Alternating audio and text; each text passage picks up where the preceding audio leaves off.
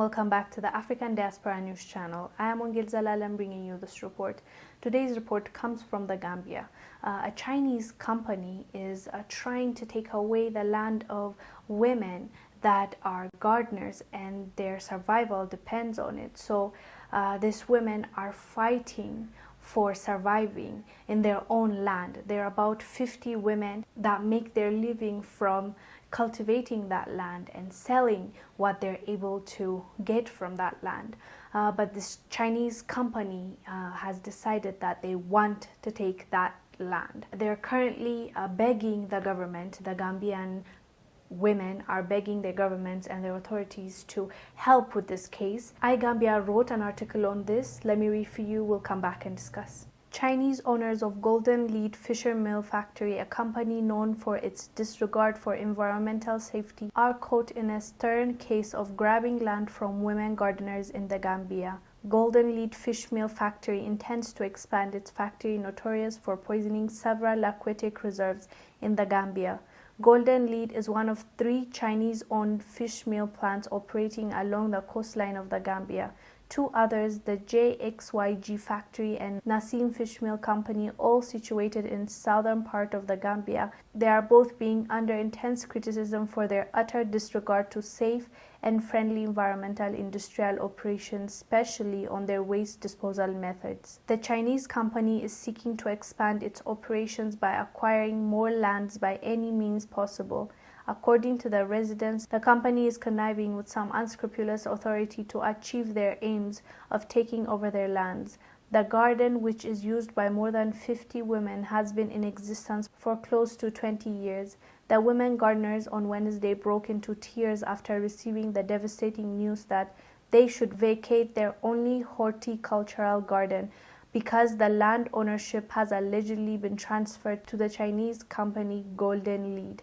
The weeping women have called on the government and all other authorities to intervene to save them from losing their only source of survival. No reaction from the government has been made public so far.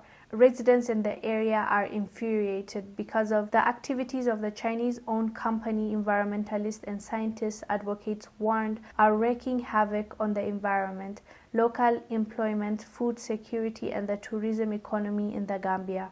The activities of the fish meal factories along the coastlines of the Gambia, coupled with a constant release of chemicals with stinky odor, have created a very unfriendly environment for residents in that area. We will never resolve this Chinese exploitation of our resources, our people, and our environment through a corrupt judiciary or flawed passing of political resolutions.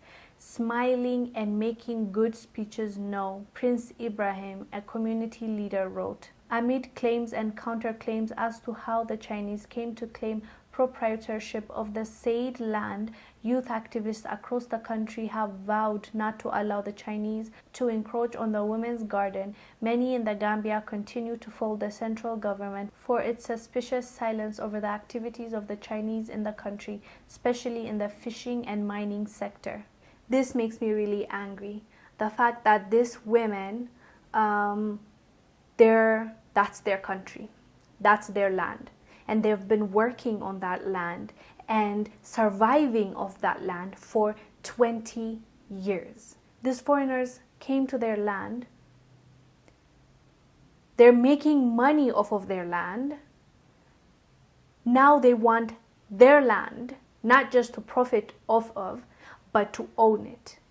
And these women are crying. I read for you on this article, they were crying and pleading. It's just really disheartening because the Gambia has a government, right? They have authorities, they have officials. And people were saying the reason why the authorities haven't done anything until now is because of corruption.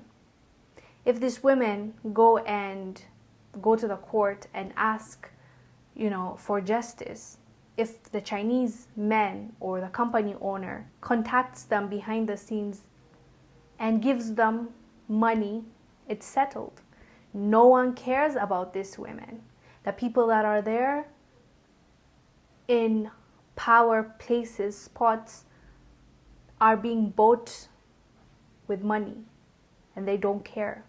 about the locals. These women are hardworking women that are not begging for money. They're not begging the government for aid. They're not begging the government for welfare. They're asking, let's work, let's use our strength, let's do what needs to be done with our hands and get money fairly. That's all they're asking for. It's really sad.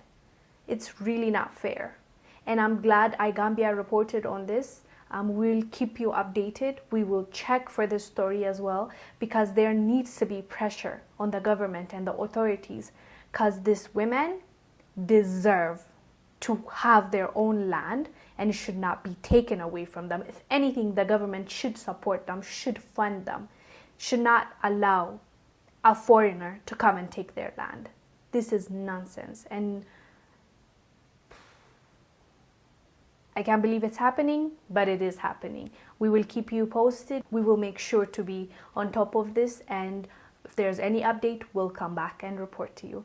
Let us know down below what your thoughts are, guys. I am Wongel Zelalem bringing you this report. I'll see you on the next one. Bye.